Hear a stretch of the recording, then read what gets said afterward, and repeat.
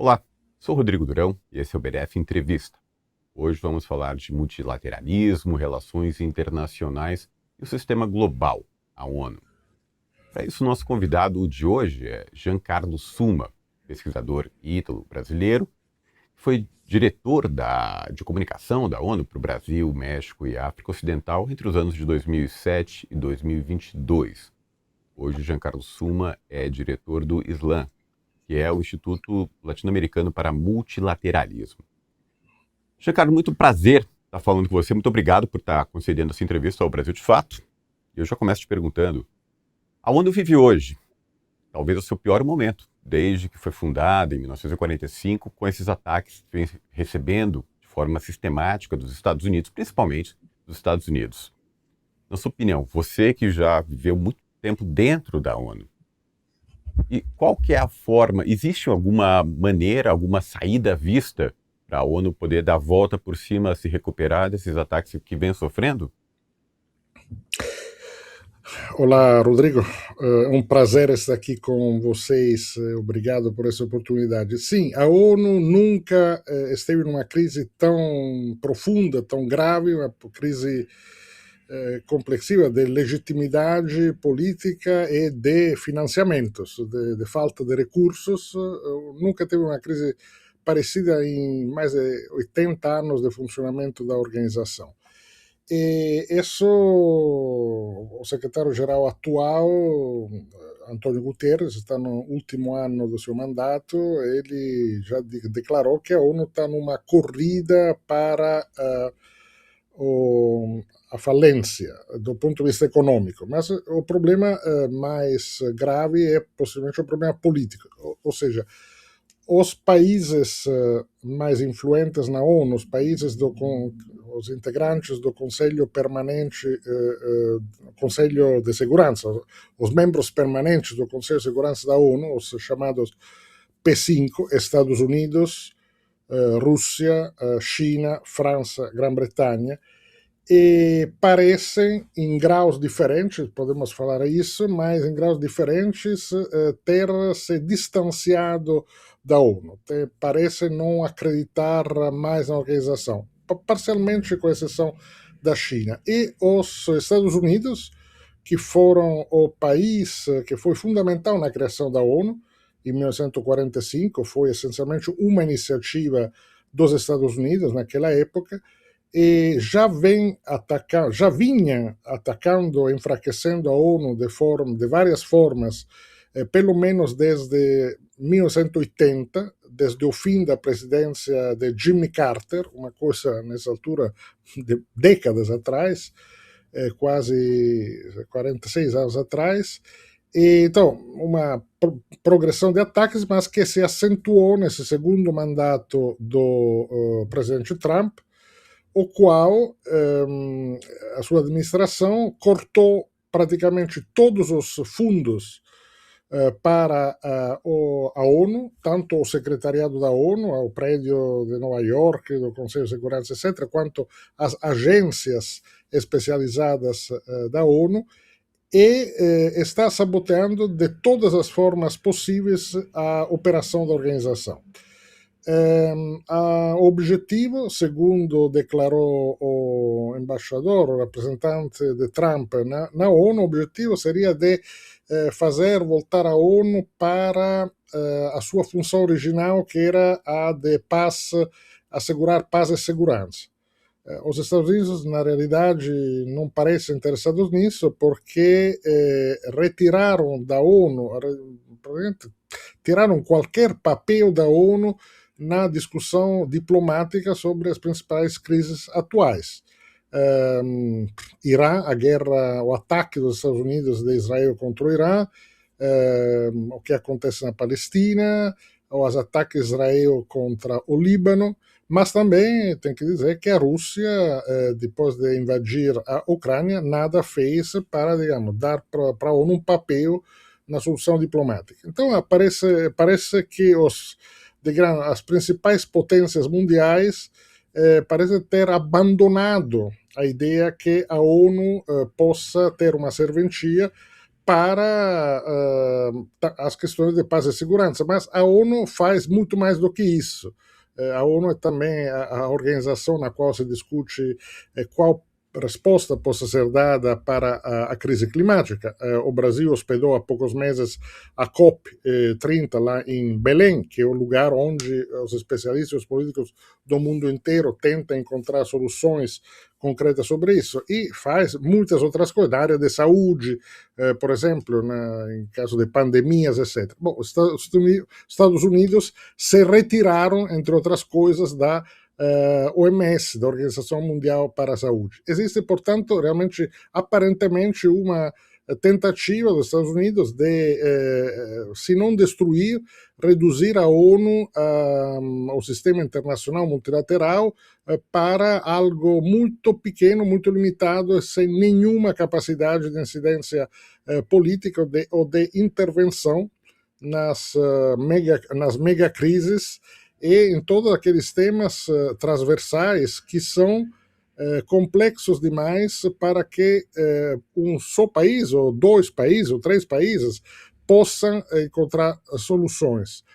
Pensamos, sim, paz e segurança, mas pensamos a questão climática, as grandes migrações, que tipo de governança dar para a inteligência artificial, etc. E tal. Então é uma situação de uma gravidade sem precedentes, e da qual essa crise é difícil entender como vamos sair, se vamos sair, e sabendo que não há nada para colocar no lugar da ONU. Ou seja, se a ONU, com todos os seus problemas, se não houver mais, não há nada para colocar no lugar, e o mundo, sem uma diplomacia global e uma organização multilateral como a ONU, o mundo seria um lugar muito menos, ainda menos seguro, muito mais complicado e possivelmente mais violento e com mais problemas que não seriam resolvidos.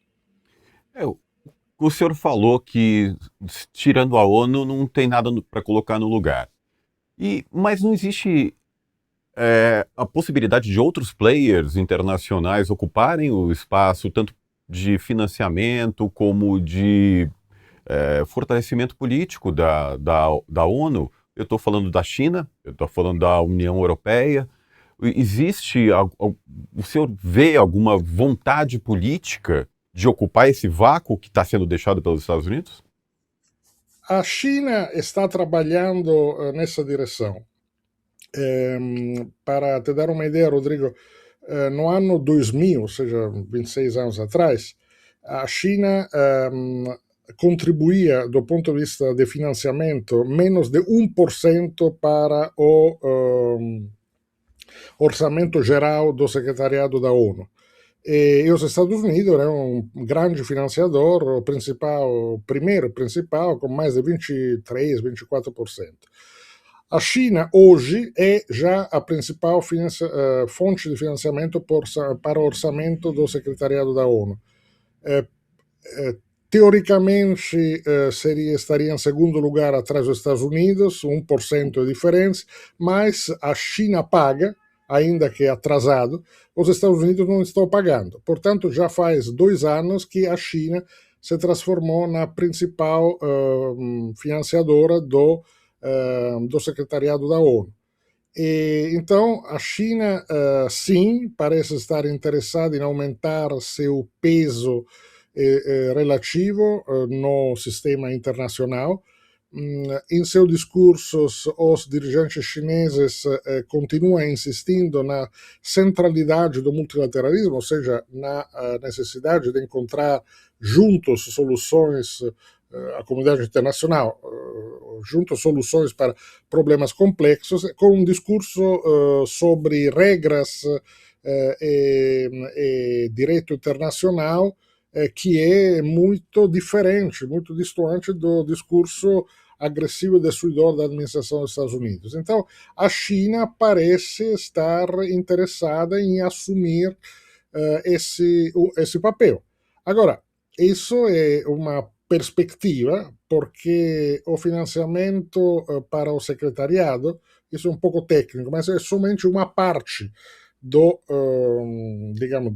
que a ONU gera em termos de recursos, porque a ONU tem mais de 40 agências e fundos especializados, agências de refugiados, ONU Mulheres, a Comissão Econômica para a América Latina, o Fundo Mundial para a Alimentação, estou citando somente alguns, são dezenas, mas enfim, mas é um orçamento muito maior que aquele do secretariado. E a China nunca teve e ainda não tem um peso, digamos, parecido, comparável àquele que os Estados Unidos tiveram durante décadas, que foram realmente o motor econômico e funcionamento do sistema internacional.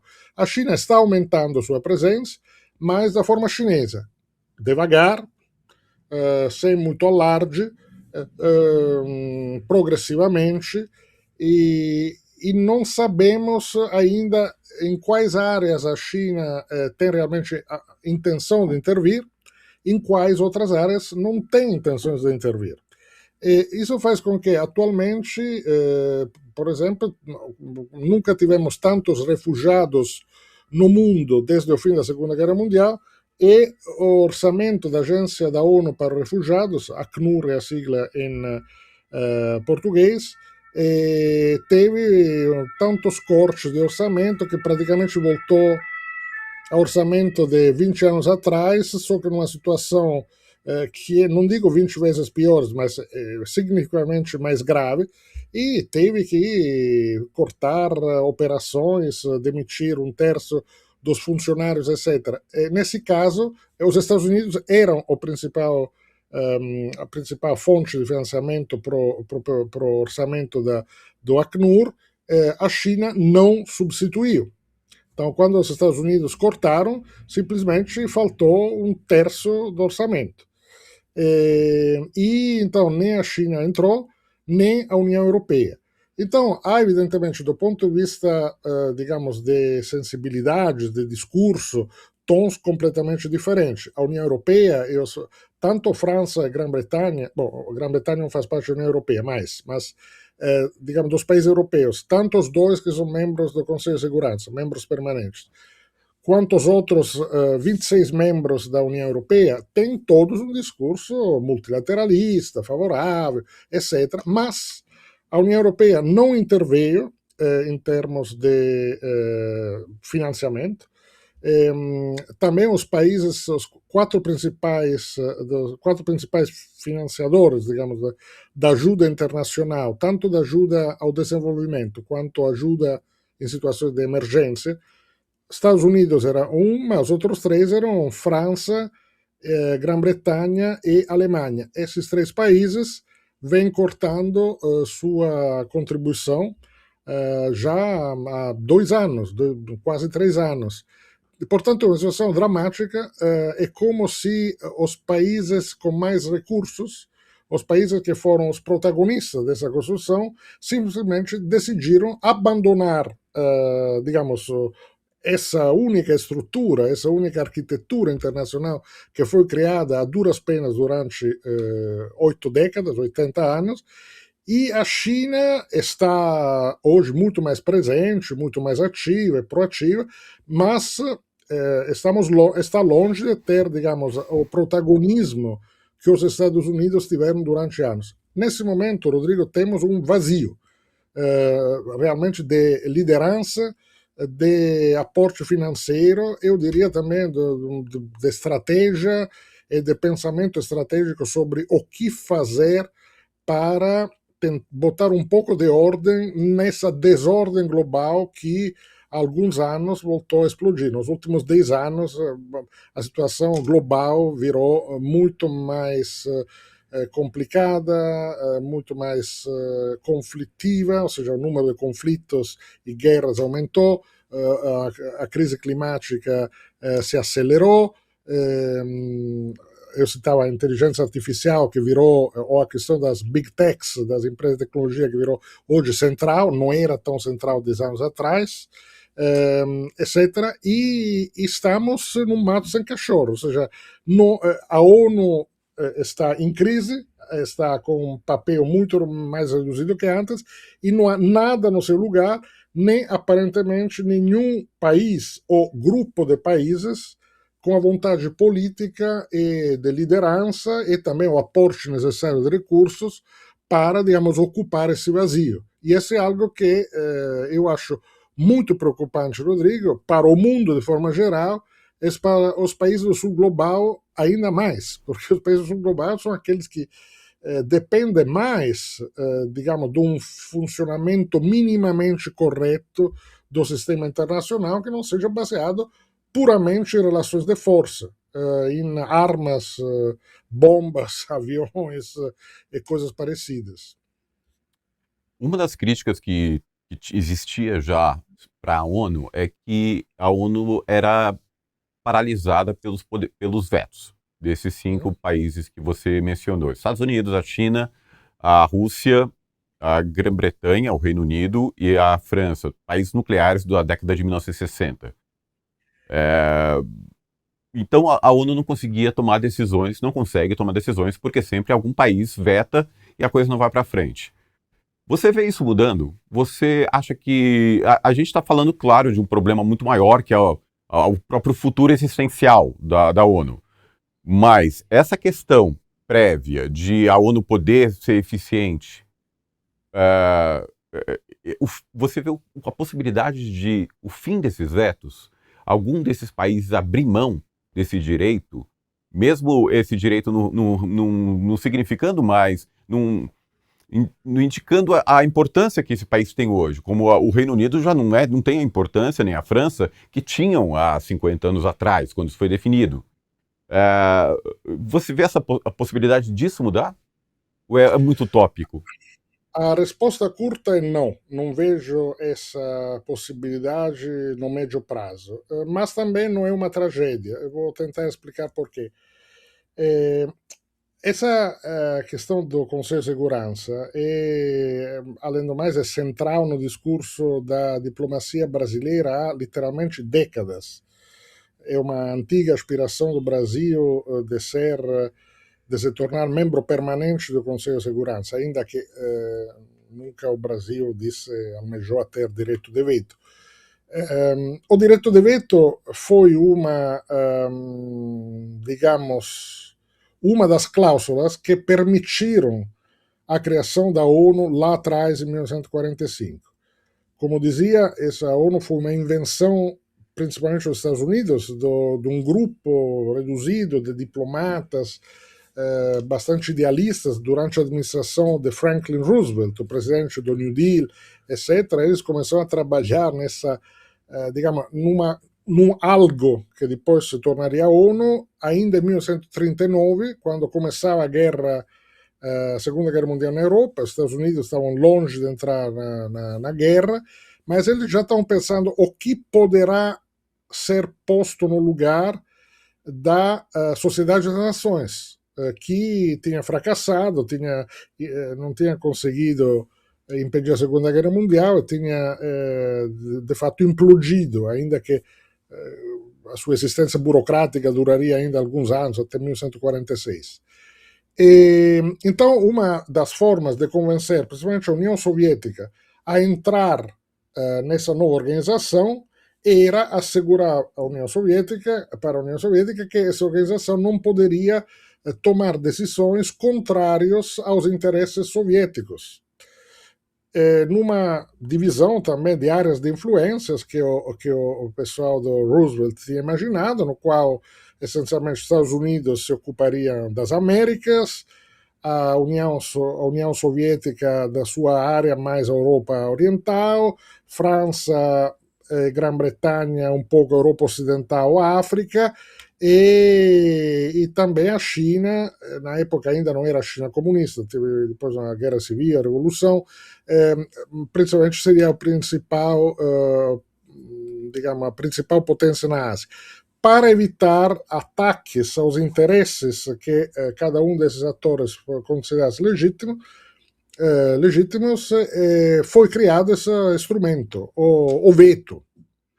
Como você bem lembrou, então isso era o equilíbrio de 1945, 81 anos atrás.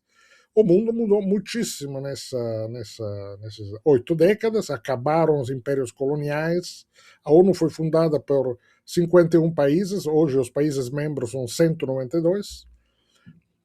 Em termos econômicos, hoje o sul global é mais representativo que o G7, então as 7 grandes potências industriais do norte, e o mundo mudou, mas as regras permanecem as de 1945. Agora, não existe nenhuma forma legal para forçar um dos países detentores desse direito de veto, poder de veto mais que direito, poder de veto, de renunciar a esse poder. Ele deveria fazer isso de forma unilateral. Teve até algumas propostas sobre isso, mas nunca foram adiante. E, portanto, é difícil imaginar como, nessa situação atual, que nenhum desses 5 países renunciara a seu veto. Mas o problema é a questão, Rodrigo, é que a ONU é muito mais complicada do que o Conselho de Segurança. A ONU se ocupa de uma multidão de questões. Literalmente, tanto de questões técnicas, quais são os protocolos para a transmissão da internet global, ou os códigos dos bilhetes na aviação civil, dos códigos nos tickets que permite de voar de um lado para o outro, órbita de satélite e milhão literalmente uma quantidade enorme de coisas muito concretas, mas também a ONU tem um poder político e simbólico, a Assembleia Geral da ONU, onde todos os 192 países membros são representados e cada país tem voz e voto, ainda que não seja um voto vinculante. Isso é o parlamento da ONU, onde coisas acontecem. Eu te faço 2 exemplos ligados a um tema muito central, eu acho que é nos próximos das preocupações de todos nós. O que está acontecendo, digamos, nos territórios palestinos, em Gaza, nos territórios palestinos, e o genocídio do povo palestino. E, bom, anteontem, a Alemanha, que é um grande país, também temos de poder na ONU, porque é um grande financiador da ONU, a Alemanha foi derrotada na sua tentativa de ser eleita como membro não permanente do Conselho de Segurança, por um mandato de 2 anos. Isso é uma função que, por exemplo, o Brasil já exerceu 11 vezes nesses 80 anos. E a Alemanha foi derrotada, a Áustria foi eleita no lugar da Alemanha, porque a maioria dos países membros da Assembleia Geral acharam, ainda que não foi explicitado, mas essa foi a razão, acharam que a posição da Alemanha com relação aos acontecimentos na Palestina, nos territórios palestinos, Gaza e a Cisjordânia, nos últimos 3 anos, foi inaceitável devido à sua excessiva proximidade, a sua ajuda diplomática e material a Israel. A Alemanha foi, portanto, derrotada, apesar do seu peso político e seu peso econômico na ONU. A presidenta da Assembleia Geral atualmente é ex-ministra de Relações Exteriores da Alemanha, ou seja, uma derrota diplomática brutal. Agora, eu vou te dar um exemplo positivo do que a Assembleia Geral pode fazer. Durante a luta contra o regime de apartheid na África, no Sudáfrica, então até a libertação de Mandela, as eleições livres pela primeira vez em 1994, quando acabou o regime de apartheid, porque também Mandela foi eleito, enfim, e depois começou a história do Sudáfrica como a conhecemos. A ONU foi protagonista da luta contra a apartheid. Quando digo a ONU, eu falo do secretariado da ONU e da Assembleia Geral, porque no Conselho de Segurança, a Grã-Bretanha antes e depois os Estados Unidos, eles protegeram o regime do apartheid, de supremacia branca, até o fim. Por quê? Por razões geopolíticas, porque tem a ver com a Guerra Fria, African National Congress do Mandela era considerado próximo da esquerda, portanto da União Soviética, ainda que não fosse exatamente assim. Então, Estados Unidos e Grã-Bretanha consideravam Mandela um terrorista, Israel apoiava o regime da apartheid. Esse era o quadro. O que aconteceu? A Assembleia Geral da ONU, onde, sem passar pelo Conselho de Segurança, começou a aprovar uma série de medidas condenando as iniciativas e a política da África do Sul, declarou um boicote, começou a montar uma campanha internacional a partir da Assembleia Geral da ONU contra o regime da apartheid, e apesar da proteção que os Estados Unidos davam para a Grã-Bretanha para o regime da apartheid. E tem até algo engraçado, não é engraçado, é uma história bonita, apesar de pouco conhecida. A Assembleia Geral da ONU determinou que, nos anos 60, que houvesse uma série de encontros internacionais nos países para falar da situação do apartheid, para levar a conhecimento da opinião pública internacional o que era apartheid, enfim, os crimes da apartheid, etc. A primeira dessas reuniões aconteceu em Brasília, em agosto de 1966. Então, regime militar, mas o regime militar, junto com o secretário da ONU, com o chefe de direitos humanos da ONU daquela época, sob o mandato da Assembleia Geral, começaram uma operação política global contra o regime de apartheid. Demorou 30 anos, o regime de apartheid caiu. Foi feito apesar e contra o Conselho de Segurança. O que quer dizer que a ONU é tão complicada e complexa como máquina que é possível operar nas frestas, nos espaços legais e políticos que se podem abrir. Eu, pessoalmente, Rodrigo, para ser muito franco, vou dizer aqui publicamente algo que já disse várias vezes a amigos aqui e colegas do Itamaraty, companheiros, alguns, essa obsessão, não, o Brasil tem que estar no Conselho de Segurança. Sim, tudo bem, mas para fazer o quê? Quero dizer, é mais interessante tentar ver o que se possa fazer em termos, digamos, utilizando o que já existe e realmente fazer política na Assembleia Geral da ONU e nos organismos, as agências especializadas, do que concentrar demasiada energia na questão do Conselho de Segurança. Não porque não seja certa essa acusação de ser anacrônica organização, de ser o espelho de uma situação de 80 anos atrás, que portanto é antidemocrático, tudo isso é verdade.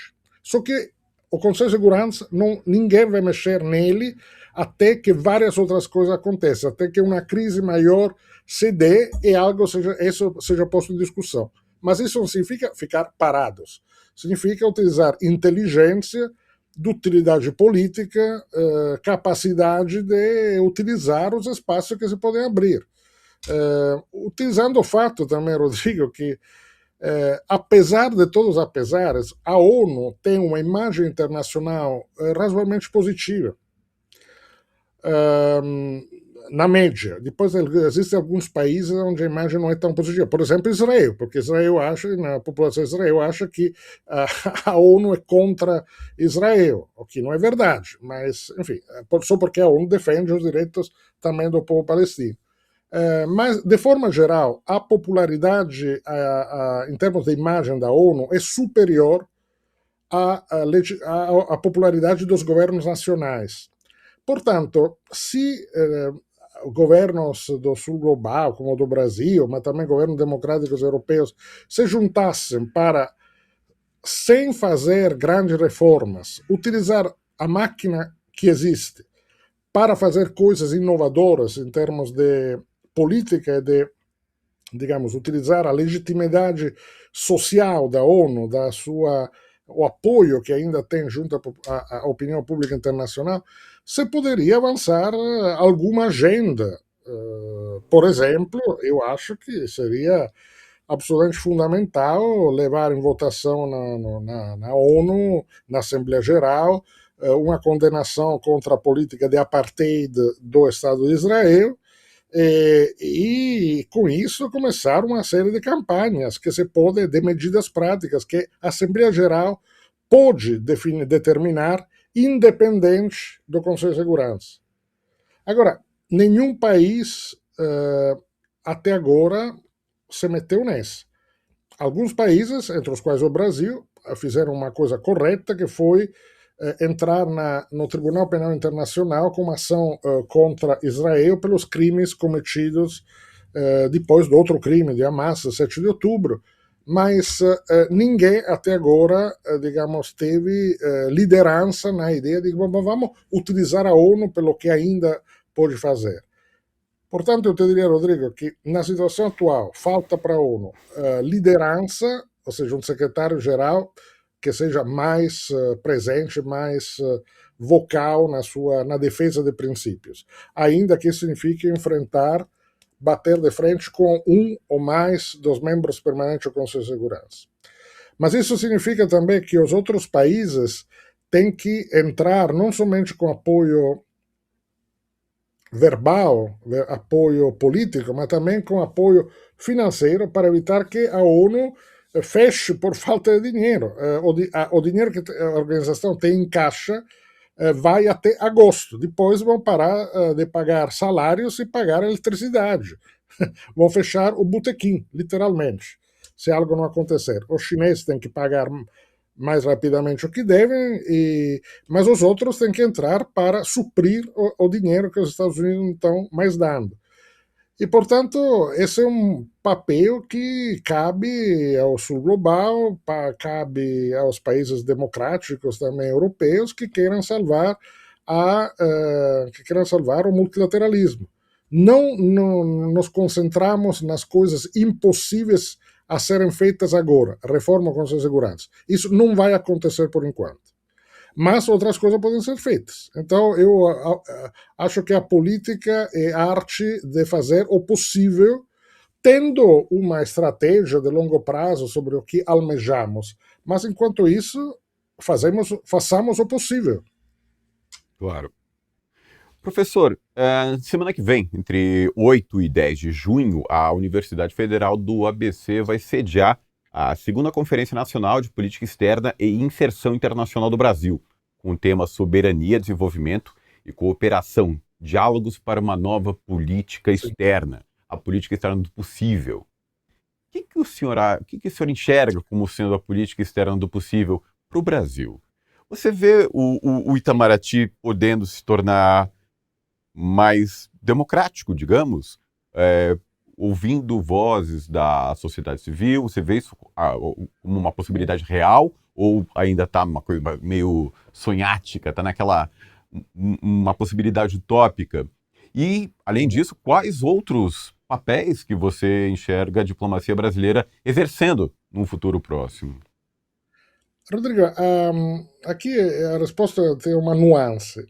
Por um lado, o Itamaraty é um patrimônio do Brasil.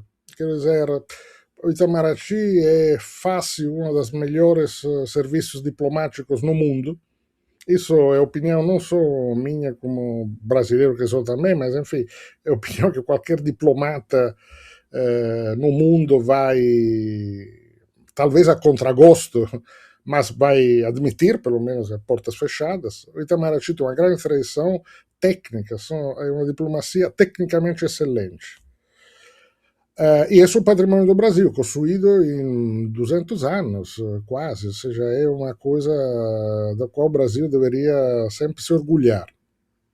Por outro lado, eu costumo dizer, ainda que meus amigos diplomatas não gostem muito dessa afirmação, que a diplomacia é algo importante demais para ser deixada exclusivamente nas mãos dos diplomatas. Quero dizer, o formato tradicional da diplomacia, que essencialmente baseia até hoje a formação, tem um ministério, tem um ministro, tem embaixadas, consulados, etc. E isso é algo que vem de quando foi formatada dessa forma, de quando era uma relação principal, as relações se davam principalmente entre estados, eram principalmente relações bilaterais. entre um Estado e outro Estado. E hoje, as relações do poder global e, portanto, também, digamos, da qual a diplomacia faz parte, é algo muito mais complexo, muito mais sofisticado. Existe, digamos, não é somente mais uma questão de diplomacia de diplomatas que falam entre si, mas existe uma diplomacia cultural, de soft power, de capacidade de influência, redes e conexões que vão ao de lá vão além, para além das relações diplomáticas, e relações entre sociedade civil e sociedade civil, acadêmicos e acadêmicos, dinheiro com dinheiro, economia com economia, etc. Existem movimentos sociais, existem grandes movimentos culturais, existem preocupações transversais. A questão ambiental une uma parte significativa da opinião pública global para além dos interesses nacionais em senso estreito, portanto, da ação diplomática tradicional. E, então, isso ter uma presença importante de estudantes que vêm de outros países é construção de um capital político internacional, ainda que não seja estritamente uma ação diplomática. Criar condições para encontros de movimentos sociais, criação de redes internacionais é parte da criação de uma rede de relações que é uma rede de poder. Isso, quem vem fazendo no mundo é a extrema-direita. Desde os anos 2000, houve mais de 2.500, isso que foram contadas, deve ter sido muito mais, mas enfim, mais de 2.500 reuniões internacionais da extrema-direita se conectando. Isso significa que na reunião da extrema-direita, por exemplo, a CEPAC, a famosa CEPAC, a Conferência de Ação Conservadora, que nasceu nos Estados Unidos, mas hoje tem filiais, tem, como se chama, franchising, né? Em vários países, inclusive no Brasil, foi o Eduardo Bolsonaro que introduziu. Na CEPAC você tem gente de governo, o presidente Trump, o presidente Milley, imagino que o Cast irá, mas também tem gente que vem de think tank econômicos, gente do mundo econômico, movimentos sociais, grupos organizados, todos juntos, do mundo inteiro, que se falam e armam redes para avançar sua agenda reacionária. Agora, você não responde a isso com ação diplomática pura. Embaixador, cônsul, ministro conselheiro, terceiro secretário. Isso tem que existir, tem que trabalhar, mas é uma operação muito mais ampla. Então, eu diria isso. O Brasil, que bom que o Brasil tenha uma diplomacia tão profissional e respeitada como o Itamaraty, mas seria muito importante que esse tipo de reunião, como essa que vai acontecer a semana que vem na Universidade Federal do ABC, na qual eu fui convidado, também para falar, seja uma das ocasiões, porque a diplomacia, digamos, as atividades internacionais deveria ser algo bem mais amplo, no qual converjam mais atores e não delegar isso somente aos diplomatas e de vez em quando chamando especialistas acadêmicos que vão palpitar sobre um outro tema. Deveria ser algo bem mais amplo. Nesse sentido, infelizmente, a extrema-direita global demonstrou ter uma capacidade de invenção e de ação coordenada muito superior aos países democráticos e aos governos progressistas. A primeira, digamos, no Brasil, nós tivemos coisas boas. O Foro Social Mundial foi inventado no Brasil. Eu tive o privilégio também de ser chefe de comunicação de uma edição do Foro Social Mundial, era 2003. Bom, mas depois é como se uma vez que chegado ao governo com o governo Lula, não fosse mais necessário ter esse momento E quando, ao contrário, é cada vez mais necessário juntar a sociedade civil, movimentos sociais, acadêmicos, ou organizações não governamentais, também atores econômicos, democráticos, né? E junto com os diplomatas para ter uma política que seja de Estado, o que significa mais do que de governo, mais do que a diplomacia em senso estreito, e também uma articulação internacional, utilizando também a capacidade do governo de fazer isso. Tenho que dizer que, infelizmente, nesse sentido, de novo, o governo Bolsonaro foi bem eficaz, porque eles transformaram, digamos, a diplomacia brasileira e o Itamaraty, apesar da resistência de não poucos diplomatas, resistência mais ou menos escondida, mais digamos, sutil, etc., mas transformaram, digamos, também a diplomacia brasileira numa plataforma para avançar a sua visão reaccionária. Por exemplo, articulando coalições internacionais contra os direitos sexuais e reprodutivos, o consenso de Genebra, por exemplo, e outras, digamos, articulações reaccionárias, não conservadoras, reaccionárias e protofascistas.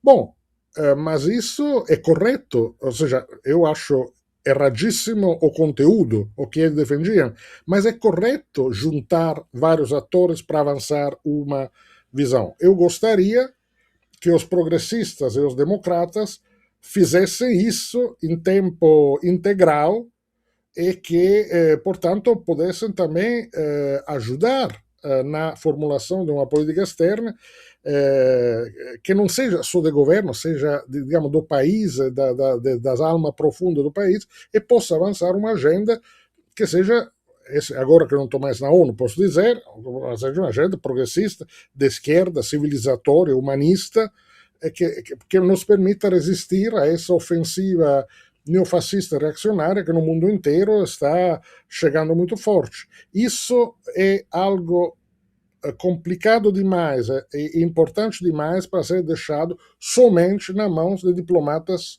profissionais, por mais que eles sejam qualificados e competentes no seu trabalho. Isso deveria ser um trabalho, digamos, de todos nós, de todos os que estão interessados nisso. Professor, muito obrigado pelos seus esclarecimentos. Prazer falar com o senhor e vejo o senhor na semana que vem, na conferência da UFABC. Até semana que vem, foi um prazer estar aqui com vocês. Grande abraço. Um abraço. PDF Entrevista de hoje fica por aqui. A gente volta na próxima.